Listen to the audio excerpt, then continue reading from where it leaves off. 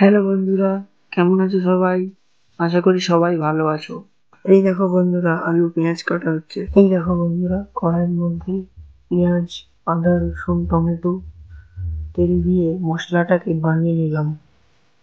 কিছুক্ষণ পর কড়াইতে লঙ্কা, হলুদ পরিমাণ মতো দিয়ে আবারও একবার ভালোভাবে নাড়াচাড়া করে নিলাম। পরিমাণ মতো জল দিয়ে দিলাম।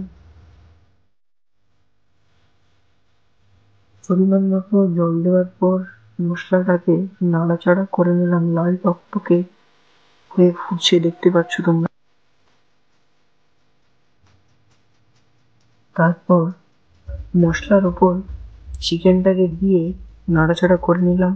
চিকেনটা কিছুক্ষণ নাড়াচাড়া করার পর পরিমাণ মতো লবণটাও দিয়ে দিলাম। চিকেনটা নামানোর কিছুক্ষণ আগে চিকেনের উপরে স্বাদের জন্য ধনেপাতা ছড়িয়ে দিই।